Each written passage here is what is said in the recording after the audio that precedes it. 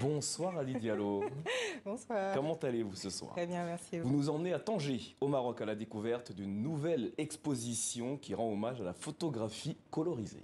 Oui, la photographie colorisée, c'est une vieille méthode pratiquée en Asie, en Europe, mais aussi sur le continent. L'expo révèle l'œuvre d'artistes internationaux avec en fil rouge des portraits colorisés de Tangérois qui datent, elles, des années 1950. Alors on voit des hommes, des femmes qui étaient venus poser ici dans un studio photo. Et à l'époque, comme les impressions couleurs n'existaient pas, eh bien, il fallait trouver une alternative.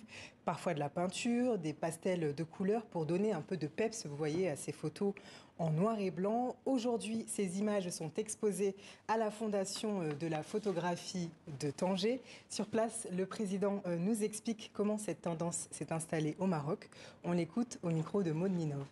Dans les années 50-60, notamment sur le bassin méditerranéen, on avait beaucoup recours à cette technique qui consistait à faire des photographies en noir et blanc, comme celle-là par exemple, ou comme celle-ci, vous voyez, qui est à peine colorisée. Et puis ensuite, soit le photographe, soit un artiste qui travaillait avec le studio, colorisait ses photos.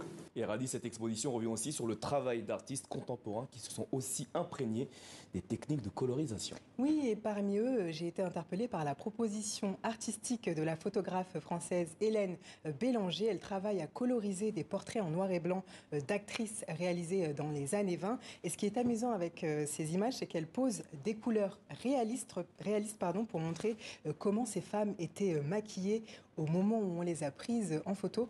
Regardez les images avec les explications, vous allez comprendre tout de suite l'effet de style.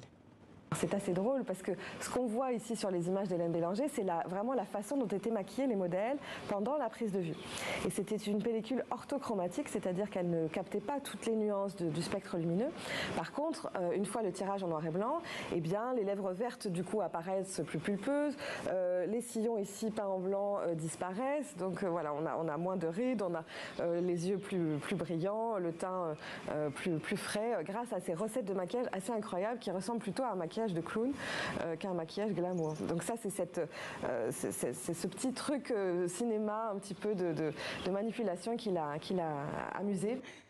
Et Radi, cette exposition réserve pas mal de surprises, notamment avec le travail d'une franco-libanaise. Elle s'appelle Rima Saman. Elle a choisi de coloriser les images avec l'outil numérique. Et oui, Namouri, fini la peinture et les crayons. Elle ajoute des couleurs en numérisant les images qu'elle traite avec un logiciel informatique. Aussi, l'autre originalité ici, c'est qu'elle travaille avec des photos bien particulières. Ce sont des photos de famille qu'elle a trouvées au fond d'un placard. Écoutez. Et là, c'est maman qui malheureusement n'est plus de ce monde, mais j'espère qu'elle est vraiment heureuse là où elle est aujourd'hui, avec mon frère. Mon frère Amer, c'est un peu dans la culture libanaise en fait, aussi dans l'égyptienne, de détourner ce qui est malheureux et triste et en faire voilà, un feu d'artifice joyeux, même si le fond il est quand même assez mélancolique et triste. Et voilà pour cette exposition à Tanger au Maroc. Merci Radi Diallo, on se retrouve la semaine prochaine. Merci, la semaine prochaine. Ainsi va l'actualité sur le continent. Demain, vous retrouvez Salah Eddine Gakou pour l'information africaine. D'ici là, prenez soin de vous. Bonne suite de programmes sur TV5 Monde.